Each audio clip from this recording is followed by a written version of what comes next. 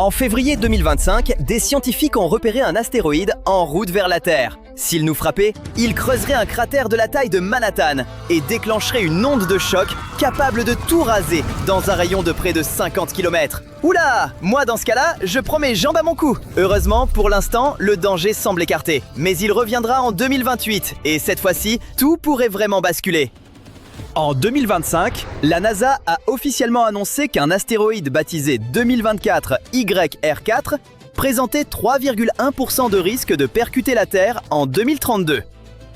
À l'échelle des astéroïdes, c'est largement suffisant pour déclencher l'alarme. Ce n'est certes pas un tueur de dinosaures, mais il reste assez massif pour raser une ville entière. Ce rocher mesure entre 130 et 300 pieds de large, soit à peu près la taille d'un gros avion. Si un objet de cette taille frappait une zone habitée, ce ne serait pas la fin du monde, mais ce serait une sacrée mauvaise journée. Pourtant, personne n'a paniqué. Et les scientifiques ne se sont pas précipités vers les bunkers. Au début, on travaille avec très peu de données. C'est comme voir un avion très haut dans le ciel et essayer de deviner à quelle porte il va se garer. Voilà précisément pourquoi les astronomes se dépêchent de récolter le plus d'informations possible. L'astéroïde lui-même paraissait assez banal. C'était un corps rocheux, pas un étrange objet métallique rare. Il a été repéré fin 2024 par un observatoire chilien pendant un balayage de routine du ciel. Il existe un groupe appelé Réseau international d'alerte aux astéroïdes. Sa mission, garder un œil sur les roches spatiales qui pourraient vous gâcher la journée. Le 29 janvier 2025, ils ont annoncé que la probabilité que cet astéroïde précis heurte la Terre dépassait 1%. 1%, ça peut sembler faible, mais c'est suffisant pour que les scientifiques commencent vraiment à s'inquiéter. Le risque lié à 2024 YR4 a culminé le 18 février 2025. C'est ce jour-là qu'ils ont calculé 3,1% de chance qu'il vienne frapper la Terre. Mais au 23 février, après l'arrivée de nouvelles observations, cette possibilité avait pratiquement été écartée. Sa note sur l'échelle de Turing, qui sert à classer le risque d'impact des objets géocroiseurs au cours des 100 prochaines années, est retombée à 0. En clair, il n'est plus considéré comme une menace pour la Terre. Enfin, pour l'instant. Les scientifiques continuent pourtant de le suivre. D'après les données les plus récentes, il y a maintenant 4% de chances qu'il aille frapper la Lune à la place. Si cela arrivait, ce serait le 22 décembre 2032. Pour l'instant, on s'attend à ce qu'il passe à environ 5600 miles de la surface de la Lune.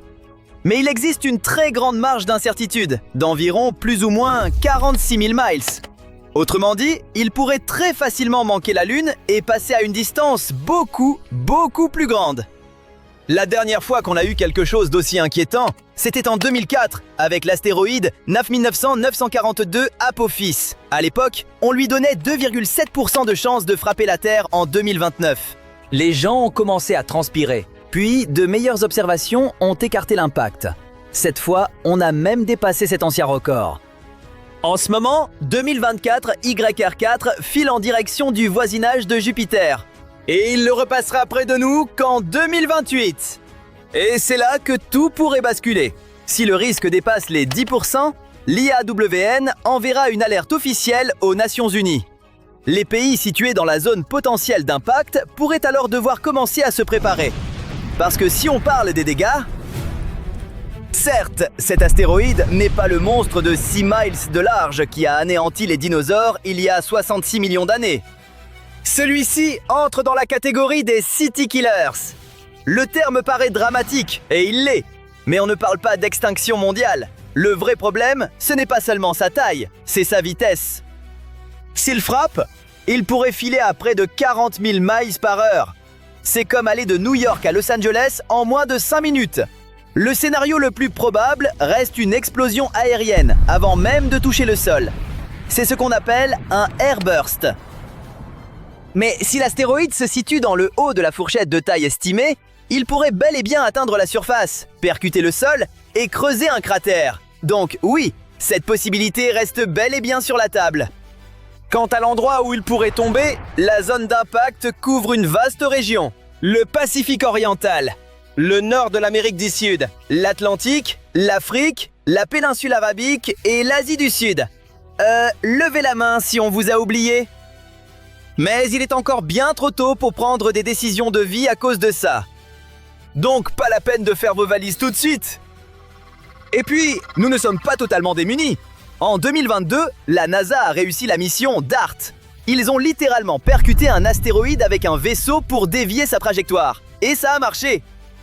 DART veut dire Double Astéroïde Redirection Test. La mission a été conçue pour le Bureau de défense planétaire de la NASA. Leur but était de voir si on pouvait pousser un astéroïde juste assez pour qu'il rate la Terre. Ils ont donc lancé un vaisseau en novembre 2022, puis il a voyagé pendant une dizaine de mois. Dès le départ, l'idée était de le faire s'écraser. La cible était une petite lune d'astéroïdes appelée Dimorphos, large d'environ 530 pieds, soit la taille d'un grand stade. Dimorphos orbite autour d'un plus gros astéroïde nommé Didymos. Les deux tournent l'un autour de l'autre dans l'espace. Et surtout, aucun des deux ne menaçait la Terre. C'était donc un test sûr. Pour vous donner une idée, DART était en fait un vaisseau massif, équipé d'une caméra haute précision et d'un système de guidage intelligent. Le plan consistait à percuter Dimorphos à plus de 22 000 km/h pour dévier légèrement son orbite. Durant la phase finale, le vaisseau s'est piloté tout seul. Il devait impérativement distinguer les deux rochers, verrouiller le plus petit et ajuster sa trajectoire en temps réel sans aucune intervention humaine. Jusqu'au moment de l'impact, la caméra a transmis des images en gros plan. Puis, le signal s'est brutalement coupé. Le vaisseau avait accompli sa mission en s'écrasant sur l'astéroïde. Il y avait aussi un petit CubeSat italien, séparé plus tôt, qui est resté en retrait pour filmer la collision et le nuage de débris qu'elle a produit. Les images ont montré un énorme panache de roches et de poussière projetées dans l'espace. Après ça, les astronomes du monde entier ont commencé à mesurer très précisément l'orbite de Dimorphos. Avant la collision, il mettait 11h55 à faire le tour de Didymos. Après l'impact, 11h23. Un écart de 32 minutes, c'est énorme! Mais le plus intéressant, c'est que le vaisseau à lui seul n'explique pas tout. Quand DART a frappé la surface, il a projeté des tonnes de matière rocheuse vers l'extérieur. Toute cette roche et cette poussière ont donné à l'astéroïde un coup de pouce supplémentaire, plus fort que celui du vaisseau seul. Les scientifiques ont ensuite compris que Dimorphos n'était pas un bloc compact, mais plutôt un tas de gravats tenus ensemble par la gravité.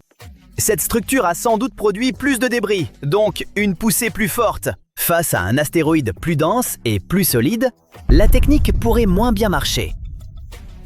C'est pour ça que les scientifiques envisagent aussi d'autres pistes. Chauffer une partie de l'astéroïde au laser pour en éjecter des fragments qui le poussent peu à peu en sens inverse. Un peu comme une mini-fusée. Ou bien placer un vaisseau près de l'astéroïde et utiliser sa gravité pour le dévier lentement. Comme un petit remorqueur guidant un énorme navire. Ou, si la situation devenait vraiment critique, recourir en dernier ressort à une explosion nucléaire. Malgré le succès de DART, la NASA dit qu'on n'a toujours pas de système prêt, fiable et opérationnel pour arrêter un astéroïde tueur de ville s'il arrivait soudain sur une trajectoire d'impact avec la Terre. Le vrai danger, ce ne sont pas les énormes astéroïdes façon dinosaure. Ils sont plus gros et faciles à repérer, ni les petits cailloux qui brûlent sans cesse dans l'atmosphère. Le problème, ce sont les objets de taille moyenne, autour de 500 pieds de large. Les scientifiques estiment qu'il y a environ 25 000 objets géocroiseurs de cette taille près de l'orbite terrestre. Jusqu'ici, nous n'en avons trouvé qu'environ 40%. Cela veut dire que la majorité est encore là, dehors, et qu'on ne sait pas exactement où.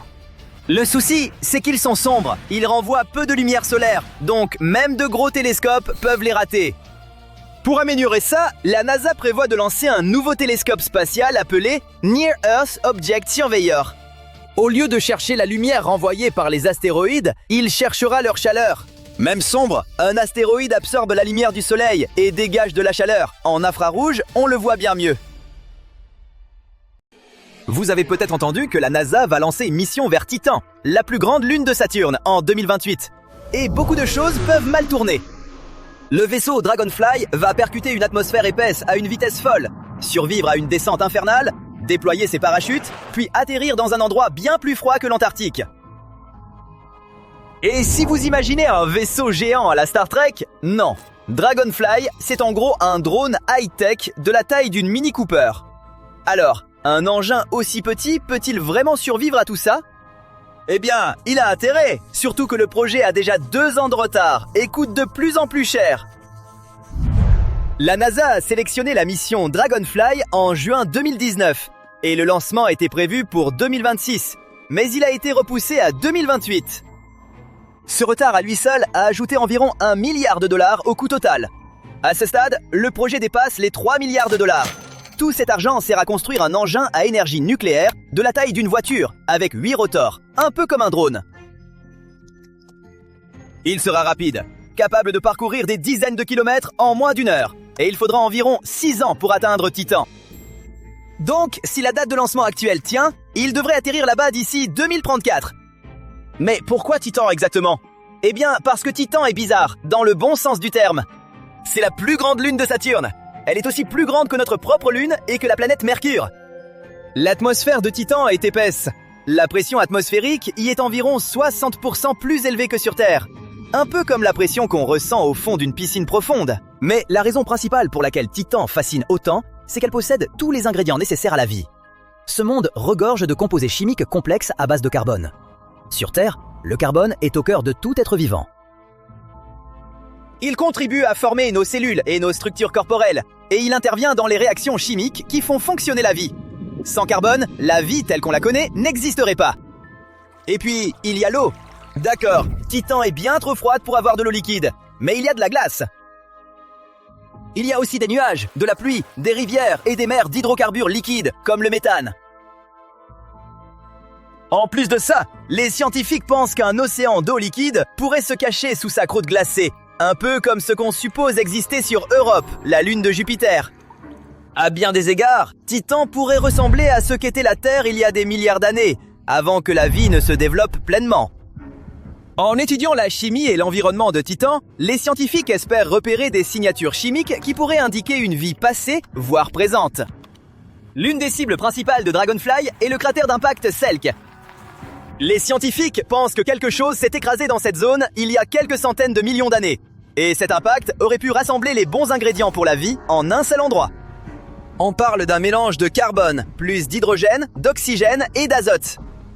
Sur le papier, cette mission est incroyable. Envoyer un robot volant sur Titan pour comprendre comment la vie a pu commencer. Mais quand on entre dans les détails, on réalise à quel point c'est difficile. Faire voler un drone dans un monde aussi lointain, c'est relativement nouveau et honnêtement, un peu intimidant.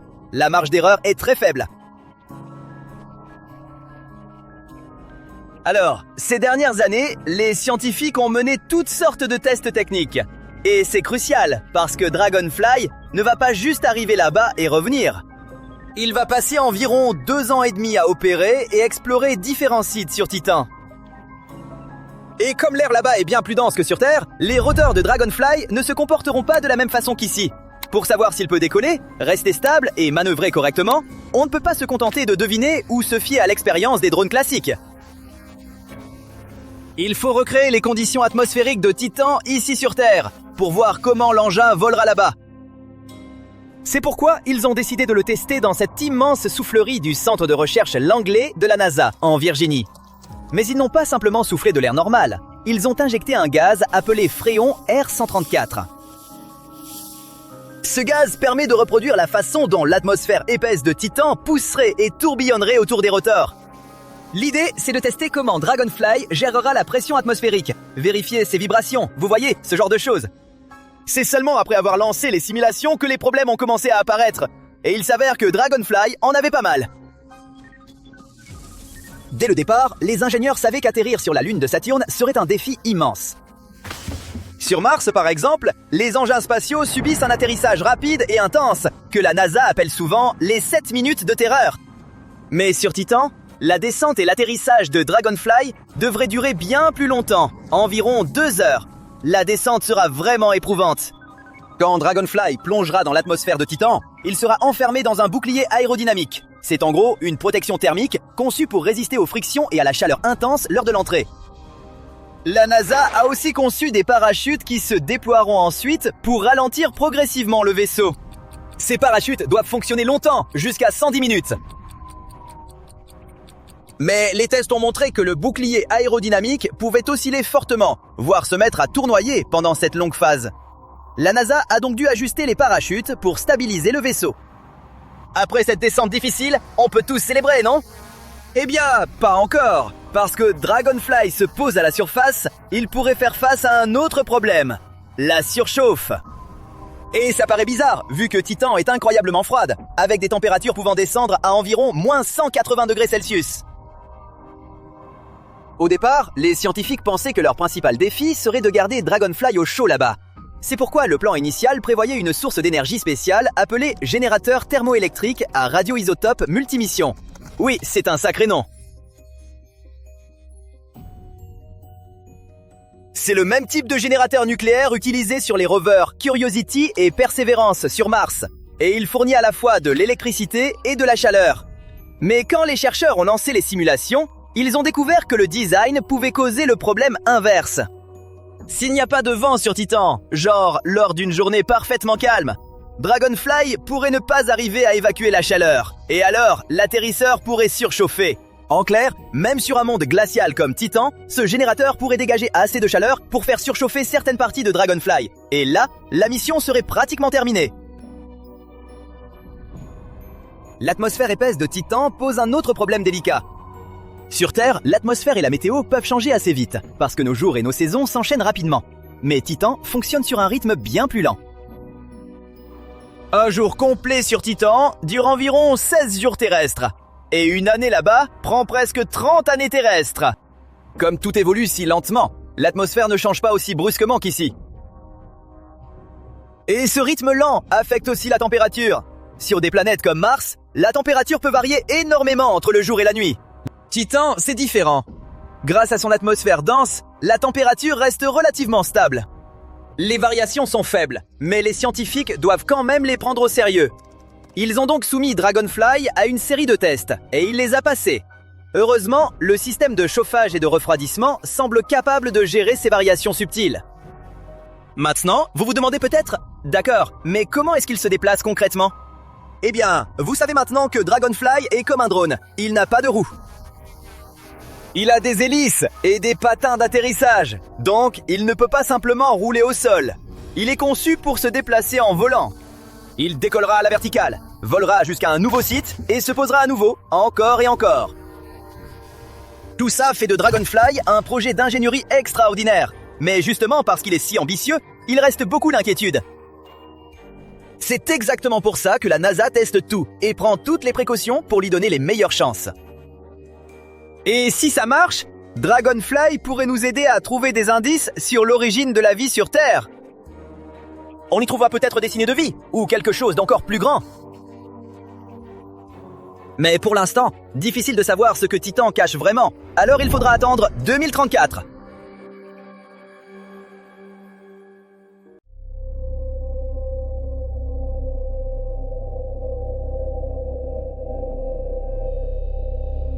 Et si des Martiens atteignaient notre planète? Et si un rover de la planète rouge rapportait un organisme inconnu qui commencerait à se multiplier jusqu'à éradiquer toute vie sur Terre? Ce scénario, vous l'avez déjà rencontré d'innombrables fois dans les films ou au fil de vos lectures. Pourtant, la réalité s'avère exactement inverse. La menace, c'est nous. Les humains pourraient contaminer une autre planète et devenir les destructeurs de Mars. Pour éviter une telle issue, les nations ont instauré un accord international interdisant certaines actions envers notre voisine écarlate. Cela peut sembler relever de la pure science-fiction, pourtant c'est bien réel. Cet accord se nomme le Traité sur l'espace extra-atmosphérique. Il fut signé en 1967 par l'Union soviétique, les États-Unis et le Royaume-Uni. Ce traité stipule qu'aucun pays signataire ne peut revendiquer la souveraineté sur un corps céleste. Il comporte également d'autres règles essentielles, dont l'une encadre directement la recherche de vie extraterrestre. Certaines régions de Mars pourraient potentiellement abriter la vie. Toutefois, leur exploration est interdite par le traité sur l'espace. Cela peut paraître paradoxal. La quête de vie martienne constitue un objectif majeur de l'industrie spatiale. Comment expliquer alors que ces zones soient déclarées inaccessibles? La raison tient à la contamination. En explorant ces régions, nous pourrions introduire involontairement de la vie. Un micro-organisme minuscule mais extrêmement résistant pourrait voyager à bord d'un engin spatial, atteindre Mars et commencer à s'y reproduire. Les scientifiques ne craignent pas seulement que des bactéries terrestres détruisent une éventuelle vie martienne, mais aussi que ces deux formes de vie se mêlent au point de devenir indissociables. Et si, en définitive, ces bactéries provenaient à l'origine de la Terre elle-même? Imaginez la NASA investir des milliards afin de collecter des échantillons de sol martien dans une zone où la vie aurait été détectée. Le vaisseau spatial rapporte ces prélèvements sur Terre, où ils sont minutieusement analysés. Les chercheurs réalisent alors soudain que ces bactéries supposément martiennes sont en réalité les nôtres, introduites sur Mars une décennie plus tôt par un rover robotisé chargé de photographier la surface martienne. Sur Terre, nous connaissons des bactéries capables de survivre à des pressions extrêmes, à des températures très basses ou très élevées, ainsi qu'en absence d'oxygène. Pour de tels organismes, s'adapter aux conditions martiennes ne serait peut-être pas si difficile. Mais que se passerait-il s'ils évoluaient dans cet environnement? Et s'ils mutaient en prenant de nouvelles formes? Les chercheurs pourraient me croire avoir découvert une véritable vie extraterrestre, alors qu'il ne s'agirait en réalité que de microbes terrestres ayant évolué sur Mars. Il existe aussi un risque que des micro-organismes martiens se mêlent à des bactéries terrestres, rendant toute séparation impossible. En résumé, explorer des zones où la vie pourrait exister risquerait de provoquer une confusion scientifique majeure.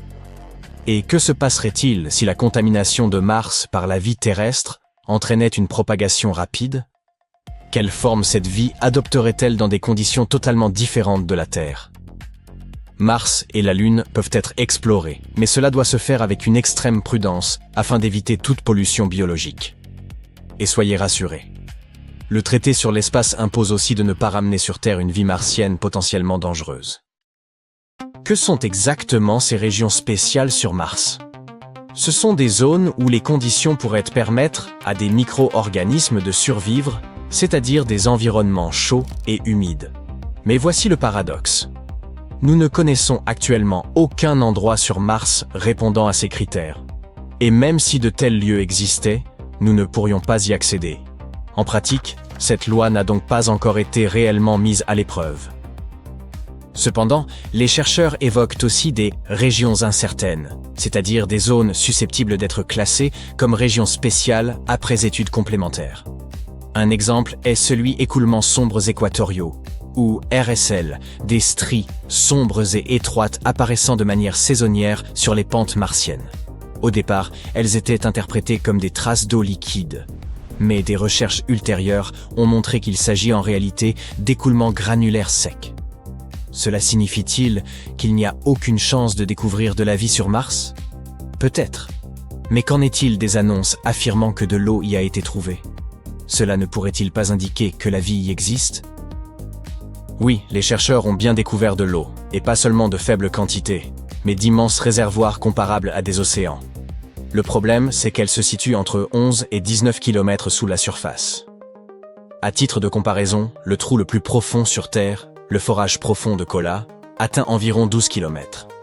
Nous n'avons pas réussi à creuser davantage sur notre propre planète. Imaginez alors les ressources en temps, énergie, argent et technologie qu'exigerait un tel projet sur Mars. Pour l'instant, une mission de ce type relève plus de la science-fiction que d'une réalité envisageable. Mais supposons que nous découvrions un microbe sur Mars et que nous le ramenions sur Terre. Quel danger un organisme si minuscule pourrait-il représenter? Les récits de science-fiction offrent des réponses dramatiques, mais il existe aussi des exemples bien réels. Prenez le champignon appelé chytride. Cet organisme microscopique a décimé des populations de grenouilles, de salamandres et d'autres amphibiens à travers le monde. Et cette catastrophe biologique n'est pas restée sans conséquences pour nous. Le chytride n'est pas un organisme extraterrestre. Pourtant, son histoire illustre parfaitement les effets d'une contamination biologique, même limitée. Lorsqu'il infecte une grenouille, il provoque une maladie grave. Le champignon s'attaque à la peau de l'animal, perturbant sa capacité à réguler l'eau et les électrolytes, c'est-à-dire des sels et minéraux essentiels aux fonctions vitales. Lorsque ce système est altéré, cela entraîne une défaillance cardiaque. La grenouille meurt, tandis que le champignon continue de se multiplier et d'infecter d'autres organismes. L'épidémie a été détectée pour la première fois dans le nord-ouest du Costa Rica au début des années 1980, avant de se propager vers le sud et l'est jusqu'à atteindre le Panama dans les années 2000. Des recherches plus récentes indiquent que le chytride serait originaire d'Asie de l'Est et se serait diffusé à l'échelle mondiale via le commerce d'animaux de compagnie. La manière dont il a acquis la capacité de ravager les amphibiens dépasse le cadre présent. Ce qui importe ici, ce sont les conséquences, encore visibles aujourd'hui. En quelques décennies, cette épidémie a provoqué un déclin massif des amphibiens dans le monde, entraînant la disparition d'environ 90 espèces. L'impact a été particulièrement marqué au Costa Rica et au Panama, et la diminution des amphibiens a aussi entraîné celle des prédateurs qui s'en nourrissaient. Pourtant, ce n'était pas le problème principal. Souvenez-vous de ce que les grenouilles consomment. Elles se nourrissent de moustiques et d'autres insectes, si bien qu'après la pandémie de chytride, la population d'insectes a augmenté de manière spectaculaire. Réfléchissez maintenant à ce qui rend les moustiques dangereux.